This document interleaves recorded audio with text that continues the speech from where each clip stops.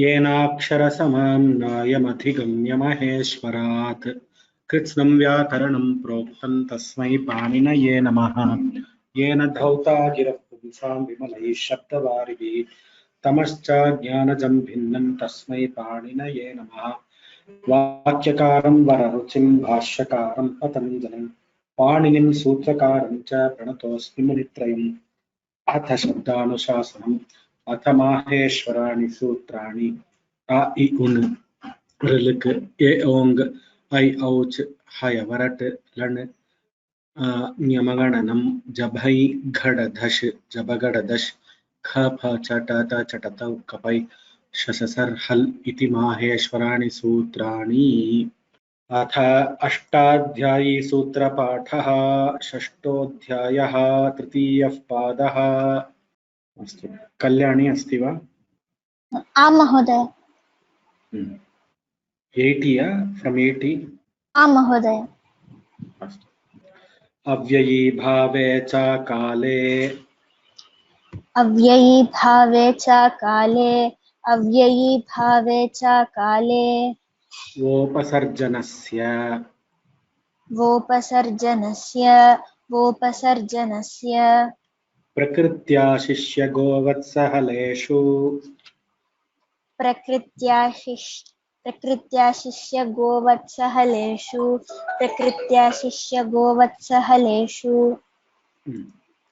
समानस्य छन्दस्य मूर्धप्रभृत्युदर्केषु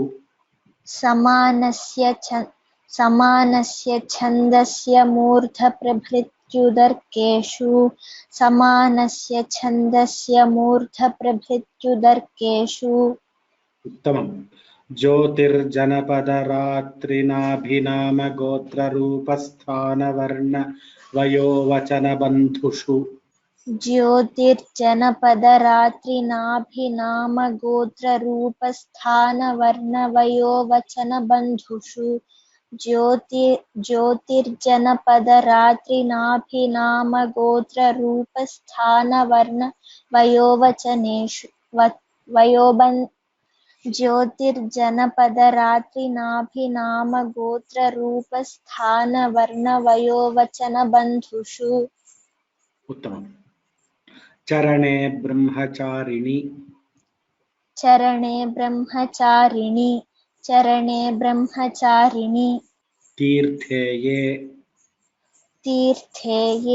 तीर्थेये विभाषोदरे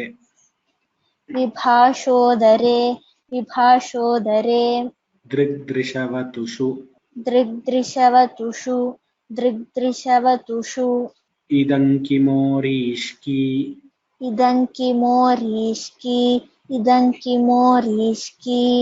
आ सर्वनाम्नः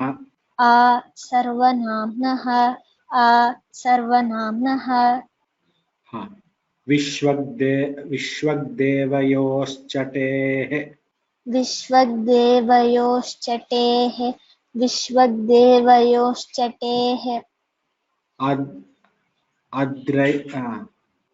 अद्रयञ्च तावप्रत्यये।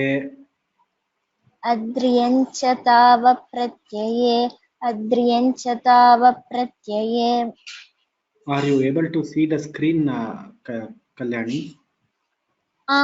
सर। दृश्यते वा? अस्तु। समस्समि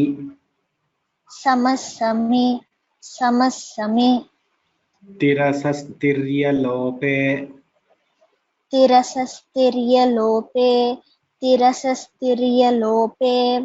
सहस्य सद्रिः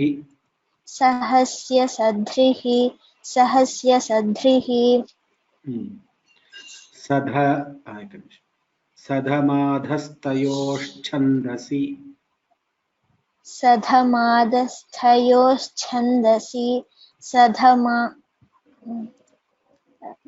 गतं वा? एकनिमिषम्।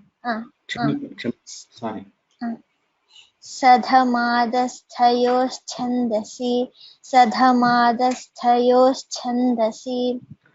द्व्यन्तरुपसर्गेभ्योपईत् द्व्यन्तरूपसर्गेभ्योपईत् ऊदनोर्देशे ऊदनोर्देशे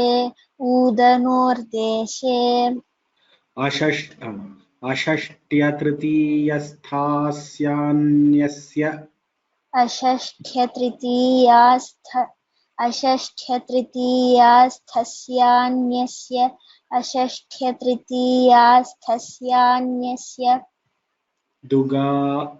दुगाशिराशास्थास्थित दुगाशिराशास्थास्थित वस्तुतः सूत्रे यद् दुगाशि इति अस्ति तत् दीर्घं भवितव्यम् दुगाशीराशास्थास्थितोत्सुको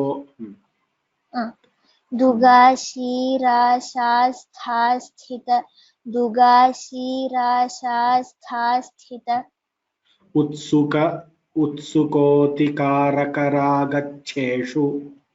उत्सुकोतिकारकरागच्छेषु उत्सुकोतिकारकरागच्छेषु अर्थे विभाषा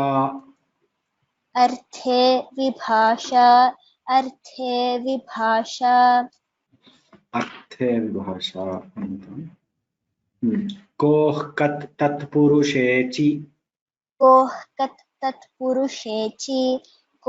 कत् तत्पुरुषेचि रथवदयोश्च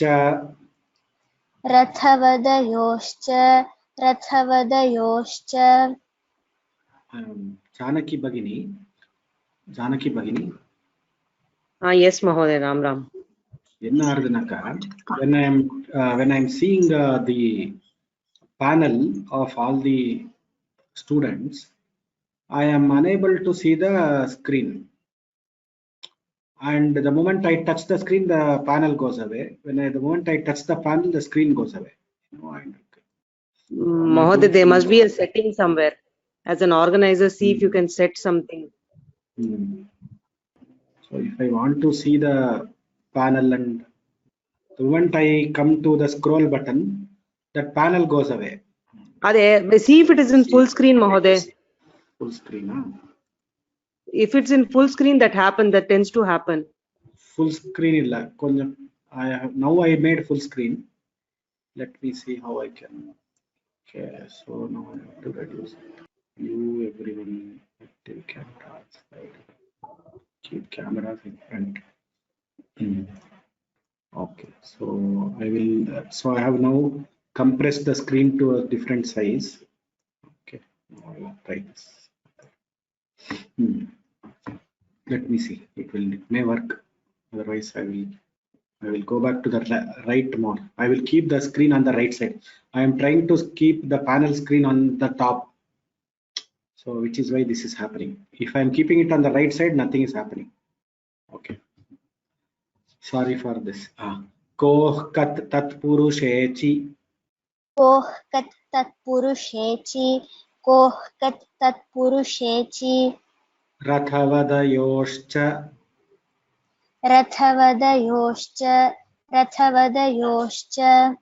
त्रिणे च जातौ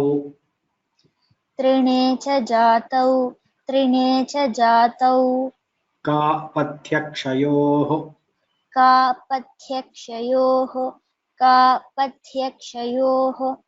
ईषदर्थे विभाषा पुरुषे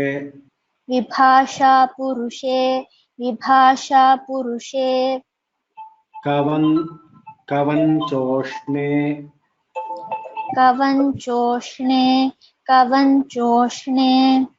पथि च छन्दसि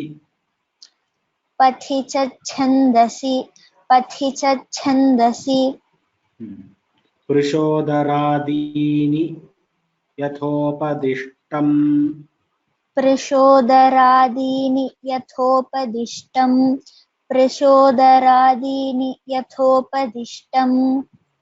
संख्याविसाय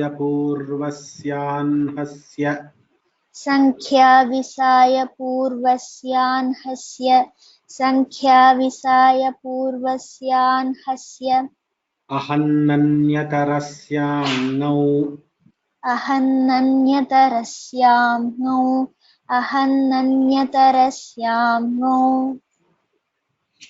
ढ्रलोपे पूर्वस्य दीर्घोणः ढलोपे पूर्वस्य दीर्घोणः ढलोपे पूर्वस्य दीर्घोणः सहिवहोरोदवर्णस्य सहिवहोरोदवर्णस्य साढ्यै साढ्वा साढेति निगमे साढ्यै साढ्वा साढेति निगमे साढ्यै साढ्वा साढेति निगमे संहितायाम्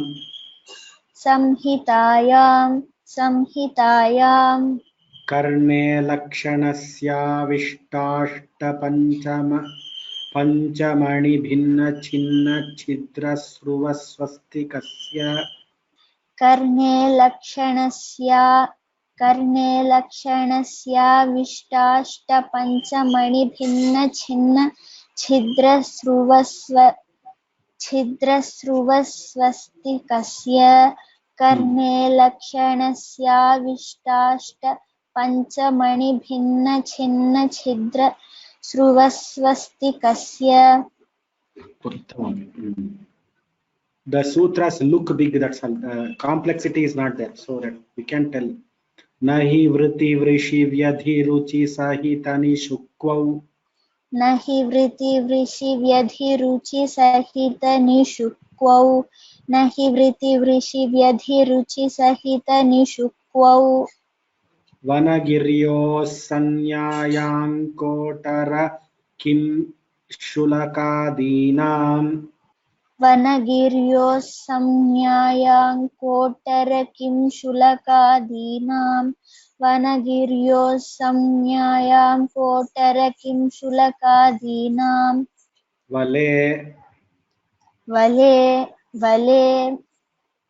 मतौ बह्वचो नजिरादीनाम् मतौ बह्वचो नजिरादीनां मतौ बह्वचो नजिरादीनां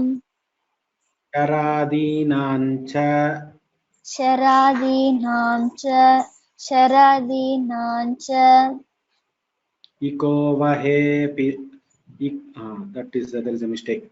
इको वहे पीलोः इको वहे पीलोः धन्यवादः. धन्यवादः. There is a doubt, sir. 110 sloka, 110 sutra. 110 na? Number 110. Sankhya Visaya Purvasya Atma Anha. Anha. Sir, Pronunciation is Anha. Vakne, but this was also must Atma liya. No, Vakne, so Vakne, Atni. Vanhi, Anhi. It's Anhi, no? Oh, sorry, just learning, right, thank you. But in her book, that Dictionary book, Pushpa Dictionary book, even is written as then not. No, writing.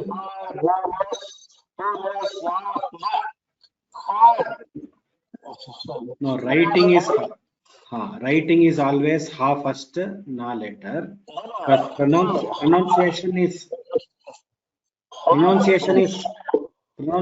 na first and ha next. So in Ashtadhyayi, so I thought it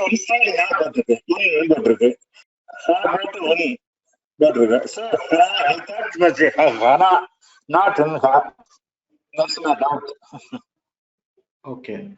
So you have finished, sir. Shall I speak now? Yes, please. So in all the books, it is ha first and na next. First in the writing, but in the pronunciation, na anunasika varna should be pronounced first, and hakara should be pronounced later.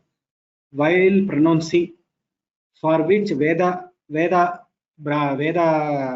the pramana. Okay, there are so North Indians and there are many people who will say Hakara only has to be pronounced Vahni, Ahni.